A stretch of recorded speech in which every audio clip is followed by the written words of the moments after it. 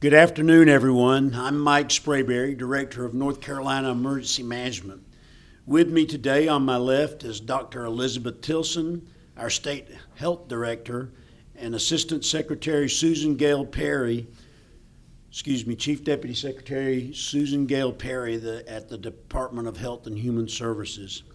We'll start off with remarks from each of us and then open the phone lines to questions from the media. We'll begin with Dr. Tilson. Good afternoon. First, as of this morning, there were 137 cases in North Carolina in 38 counties. As you know, we have now confirmed community transmission. This means we have cases where we don't know how people contracted COVID-19.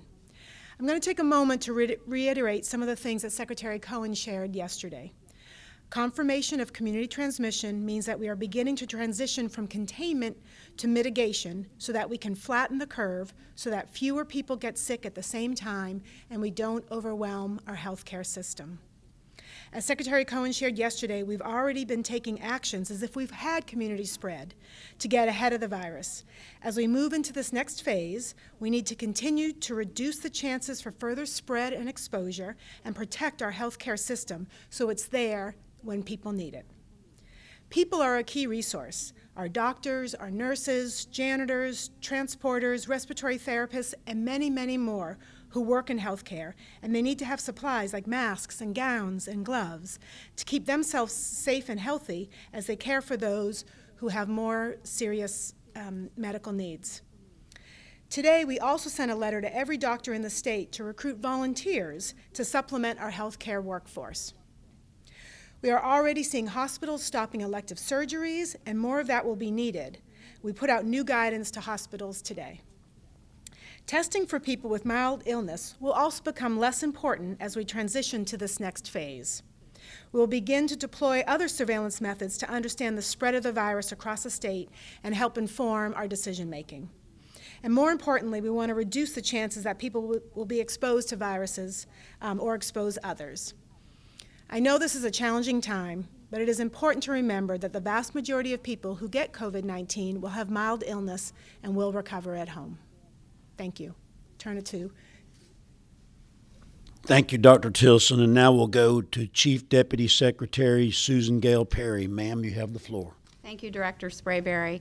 As you know, when Governor Cooper ordered public schools to close, he also created the COVID-19 Education and Nutrition Working Group to ensure the health, safety, educational needs, and well-being of children during school or child care closure.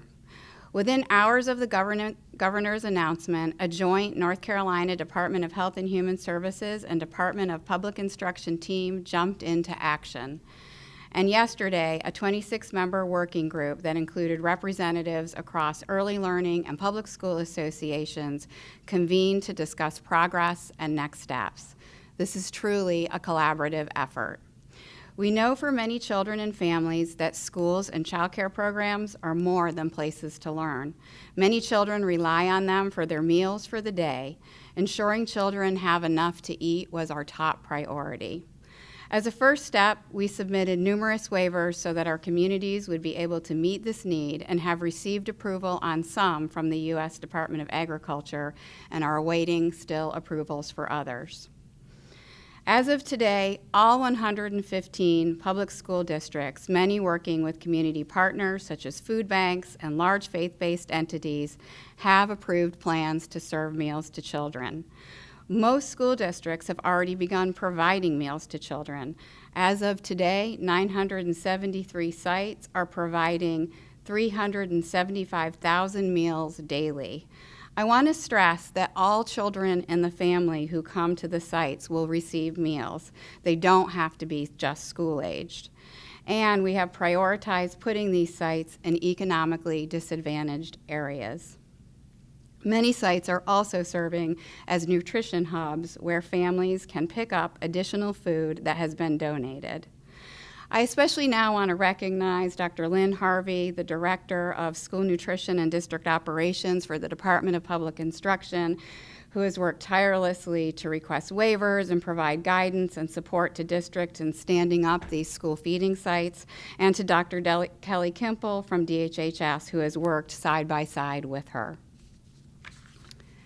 We're also providing support to our child care workforce. Many child care programs are weighing the decision to stay open or to close programs in response to the COVID-19 outbreak and school closures. We know these are hard decisions. The fact is that some families really need our child care community now. We're standing up a new network to connect those working to keep our community safe and healthy, like first responders, emergency management staff, hospital staff, frontline healthcare workers, nursing and adult group home staff, child care program staff themselves, and food service staff, among others, to child care options that they need. At the same time, we know that child care teachers need to take care of themselves, their own families, and the families and children that they are serving. We're working hard to give child care programs the best guidance we can on how to stay healthy and protect themselves and others. We've sent all child care programs, and it's on our website as well, guidance on several issues to support them if they remain open. We've also created guidance so that schools could serve as emergency child care providers for school-age children during the COVID-19 school closure. Our child care workforce has always been the bedrock of our state's economy, both allowing parents to work to support their families and creating the foundation for learning for our youngest children so that we have a strong workforce for tomorrow, and we need them now more than ever.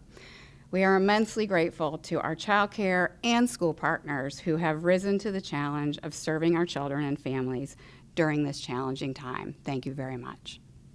And thank you, ma'am, for all of your hard work on child care and all the great people that help. So again, my name's Mike Sprayberry. I'm the director of the North Carolina Division of Emergency Management.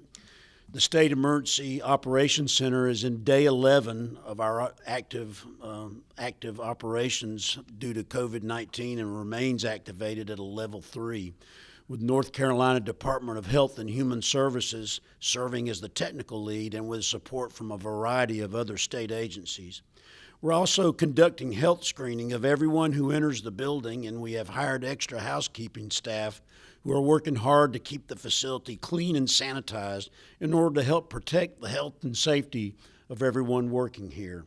I know there's lots of questions about additional measures that might be in our future. Right now, we're not issuing a shelter-in-place order or additional closure of businesses. This is an evolving situation, and any changes will be based on what's happening in North Carolina and what's best for public health. We're making plans to activate a small number of our National Guard soldiers who will serve in a logistical capacity, helping with warehousing and transportation of supplies and equipment. We continue to see food staples being bought up quickly as grocery stores can restock their shelves.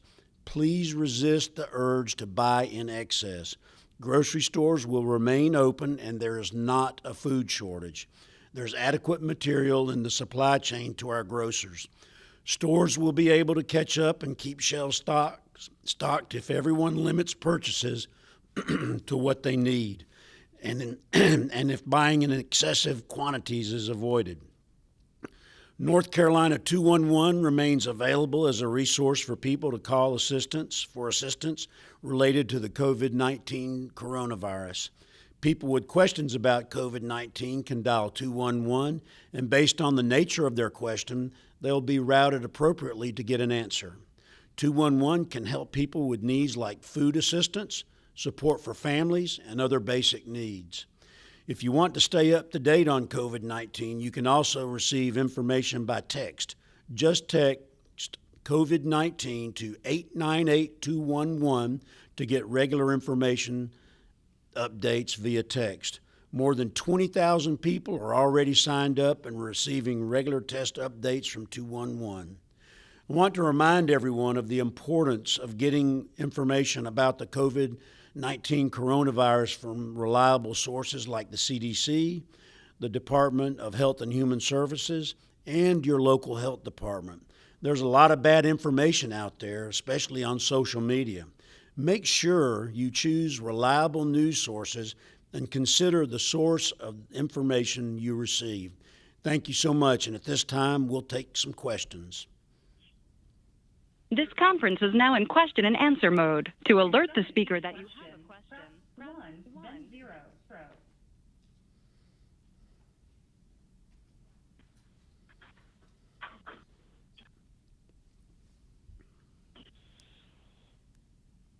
You have 12 questions remaining.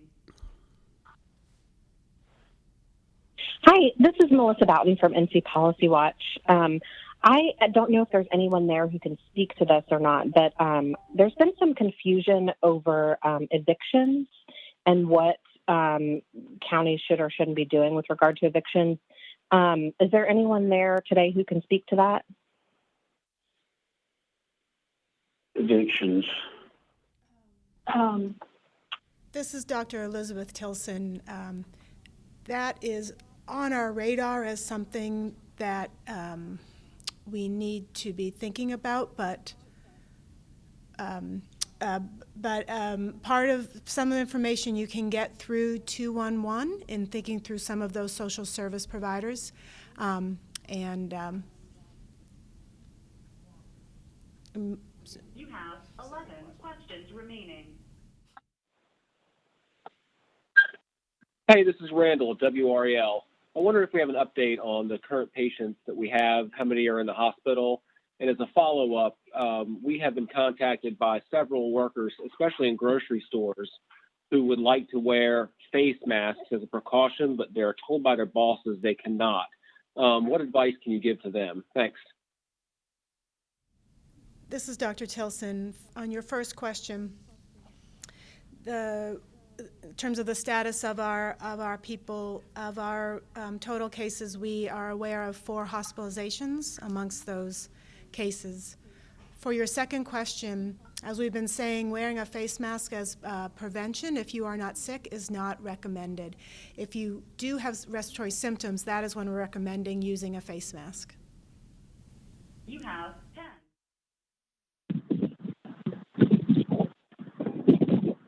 Hi, I'm Alex Shabad with WCNC Charlotte. I know you said that shelter in place is not a reality right now, but how close is it to possibly being a reality, and should people be preparing for that? My second question is just how prevalent are issues of testing where people are unable to get testing right now? What are you hearing with that?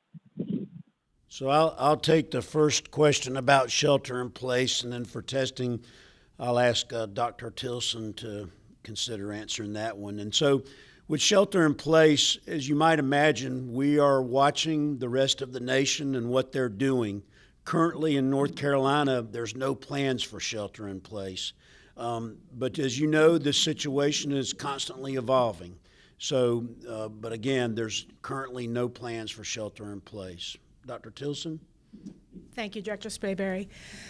We have been increasing access to testing, and we know of at least more than 3,000 tests have been done across the state, so we have been able to increase access to tests. However, as I said earlier in my remarks, as we move through this response, testing, especially those with mild illness, will become less important as we move through our response. You have 9 questions remaining.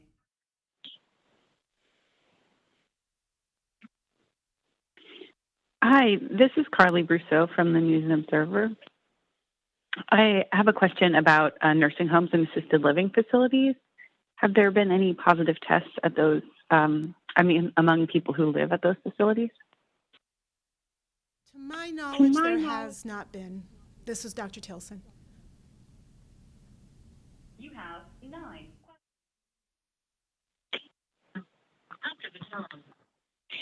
Good afternoon. This is Elena Athens from ABC 11. I have 2 questions, and I believe Dr. Tilson might be able to answer both of them.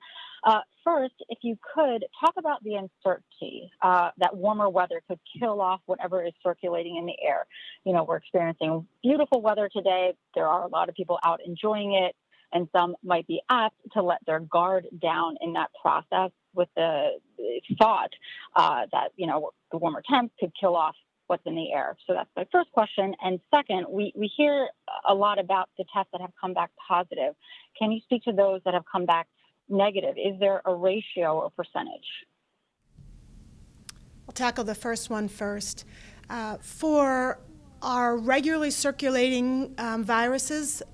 We do see a seasonality. That's why we call it the cold and flu season. So remember that we have 4 coronaviruses that circulate all the time. Also, flu circulates all the time. So we do see that again, the cold and flu season is when it's cold, and then as it gets better, warmer, we see a decrease in the circulation of those commonly circulating viruses. However, because this is a novel virus and nobody has that immunity, then it's uncertain as to if the warm weather will have that much of an influence on the circulation. So we are we'll have to wait and see on that one, but I'm not sure that we can apply what we know in our regularly circulating viruses to this novel virus. And You have 8 questions remaining. there was a second question, and I apologize, I can't remember what it was. With Spectrum News. Oh, sorry about that.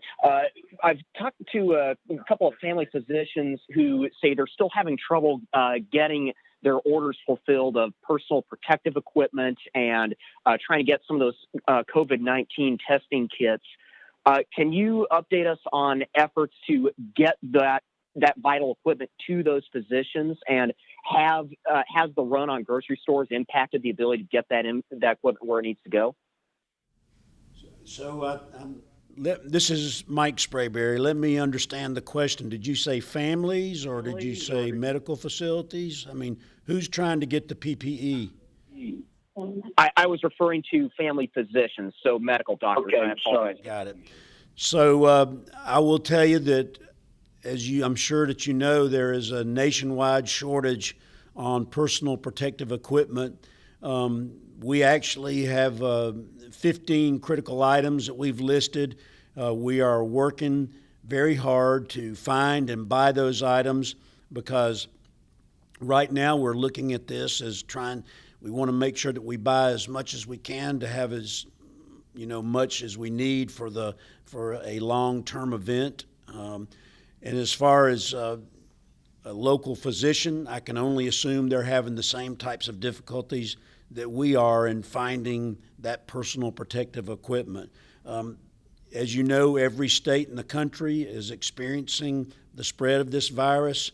Some states worse than others, and so everybody's trying to buy the same thing at the same time. So we're all working hard to get through it. So that's kind of where we are right now.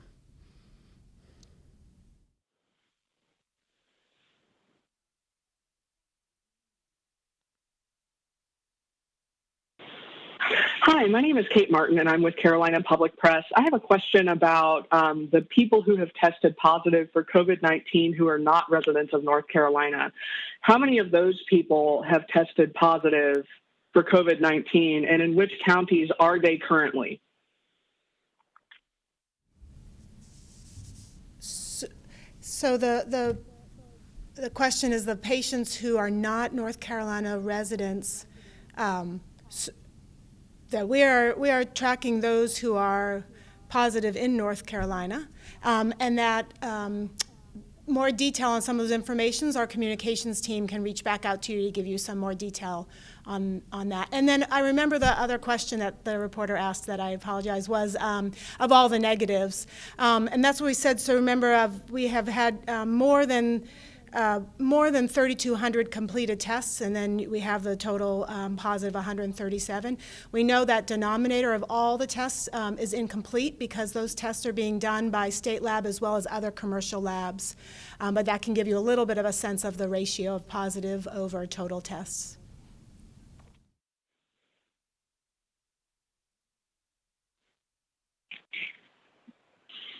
Yeah, this is Travis Fain with WRAL. Dr. Tilson, could you go into more detail as to why testing will not be as important in the next stage, and also when about that stage hits us?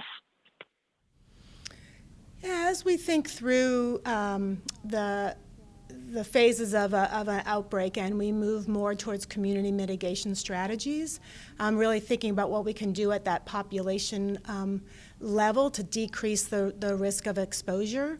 Then testing, especially those of mild illness, is not as important as we move to those more community mitigation strategies. One of the reasons testing in the beginning is important to start understanding the spread of the disease, but we will be putting into place other surveillance strategies in order to understand the spread of the disease. I'm not sure I understand.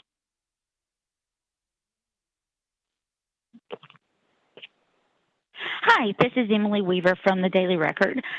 Forgive me, please, if you've answered this question like 100 times already, but we have a lot of readers who, keep asking us, what is it about this virus that is made our reaction to it different than, others in the past, like Zika, H1N1, SARS, and all that. And also, I wanted to ask again for a clarification on what the National Guard will be doing here in North Carolina.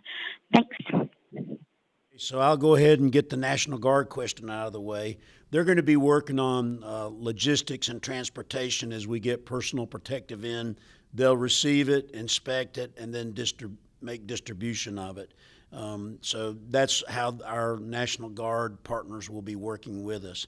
And for the other question, I'll turn it over to Dr. Tilson. So, again, this is a novel virus, but you are right. We've seen several other novel viruses throughout the past 10 or 20 years. H1N1, of course, was a novel influenza virus. This is a family of viruses called coronaviruses. And so you're right, SARS and MERS were other novel coronaviruses. There are 7 different coronaviruses that we know about that infect humans. 4 are the commonly circulating ones that we're used to, and people have already built up immunity to.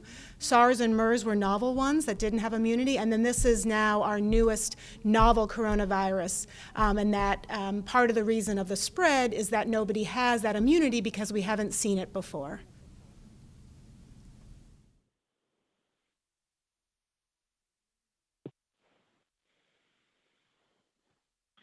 Sam Walker with OBXtoday.com. The question for both of you regarding, you've got 3 major metropolitan areas for North Carolina bordering in one in the opposite corners of the state. Hampton Roads, which borders our area, Wilmington in South Carolina, the Myrtle Beach area, and then Charlotte, of course, South Carolina. How much coordination is going on between yourselves and your counterparts in those 2 states with regards to how each area is responding to this? Thanks. So I'll go first. I can tell you that I'm in close contact with the directors of each of those states.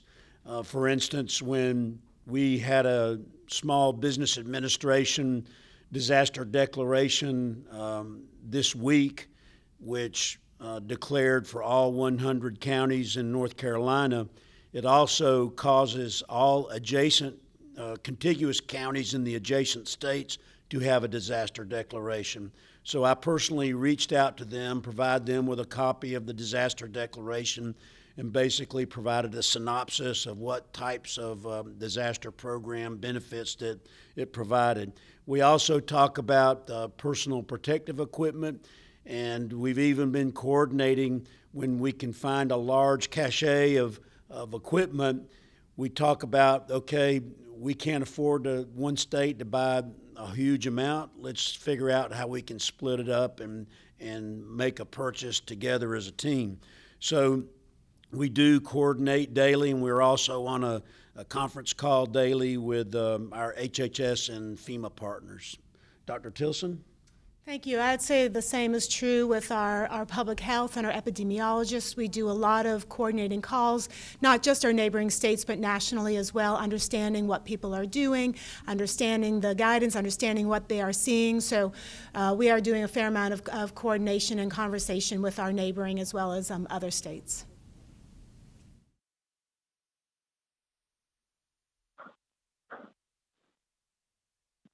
Hello, this is Daniel Walton with the Mountain Express in Asheville. Dr. Tilson, I'm curious if you can tell me more about these other surveillance strategies that the state will be deploying as an alternative to testing as the disease spreads. And we're still working on exactly what that would look like, but we do have a statewide flu surveillance strategy. That's how we monitor the spread of flu across the state. And so we are looking at how we might be able to modify that flu surveillance strategy to have it be applicable for COVID-19. And we're working with the CDC as well and thinking through what could be our surveillance strategy.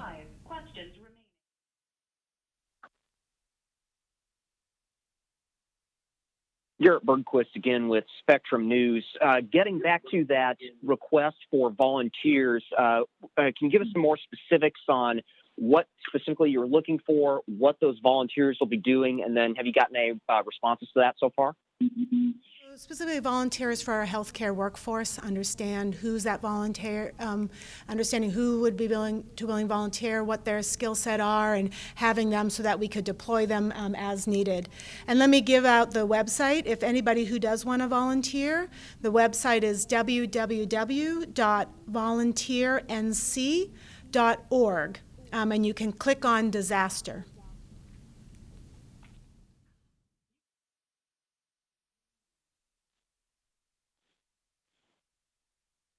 Hi, this is Julie from the Carolina Journal. I was wanting to ask about the R0 that you guys are working with. The World Health Organization had estimated around 2 to 2.5, but I've heard it could go as high as 4.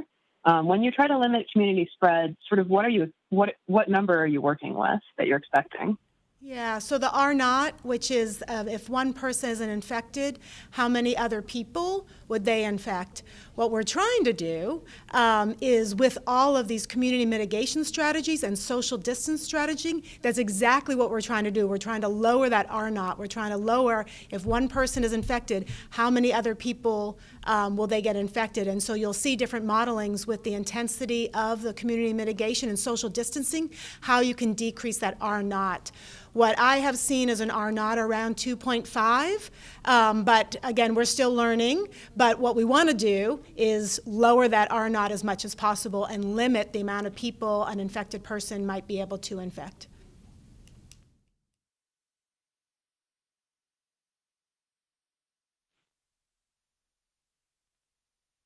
Hi, this is Sarah Obaska from NC Health News. I have 2 questions. First, I've seen in other places some discussions about having more innovative approaches to protective equipment. Have there been any discussions with various manufacturers or academic centers or tech resources here in the state in order to see if there's a way that we could make some of these on our own?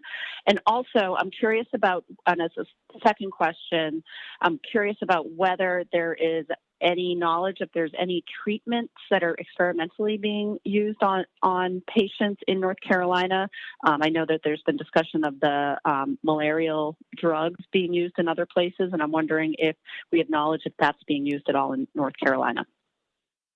Take the first question about the possibility of North Carolina manufacturers making our own personal protective equipment. We have been in several discussions about that as recently as today, and to determine what it would look like to try to begin building with some of the factories that we have here and shifting from making other products into products like N95 mask and things like that. So yes, ma'am, we are in those discussions right now. And for the drugs, I'll turn that over to Dr. Tilson. So to my knowledge, we are not doing any clinical trials in North Carolina, but that has been something high on our radar, and we're going to be reaching out to our academic partners to understand if anybody's doing that or if there's any interest in a clinical trial in some of the pharmaceuticals.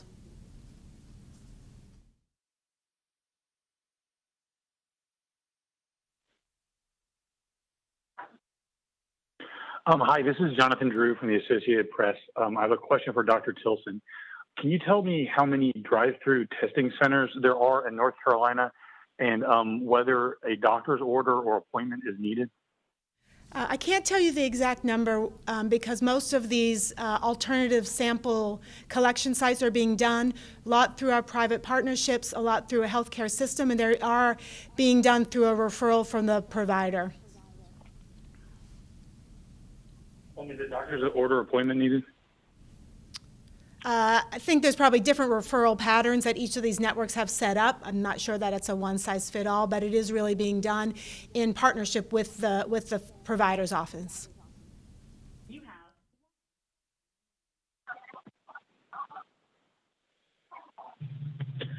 Hi, this is Steve Wiseman from the News and Observer. This question is for Dr. Tilson. Are you going to be releasing numbers over the weekend on the website of cases and hopefully no deaths, but is that going to be going on Saturday and Sunday as well? Trouble hearing you, but I think the question was, will we be updating our numbers on the website over the weekend? And the answer to that is yes. Okay. And have you had any more positive tests tied to community spread today? I know we had one yesterday. Is that something you're still tracking? We've had two people that we think are community spread. And my last question is in regards to Durham. There's been a lot of cases there lately that I think that county has more in the state now than any other county. Do you know why Durham has been hit so hard? Is it Duke students that traveled? Is there any other reason you can think of? Yeah, there was what we do see with this coronavirus, that seems to be these clusters. So with flu, often we see a consistent spread across the state. With this, we see there are more clusters, and so there is a fairly big cluster of people who had returned from foreign travel. That might be driving some of the Duke's numbers. Durham's numbers. Good deal. Thank you. Yeah, you're welcome. Thank you, everyone, for your questions.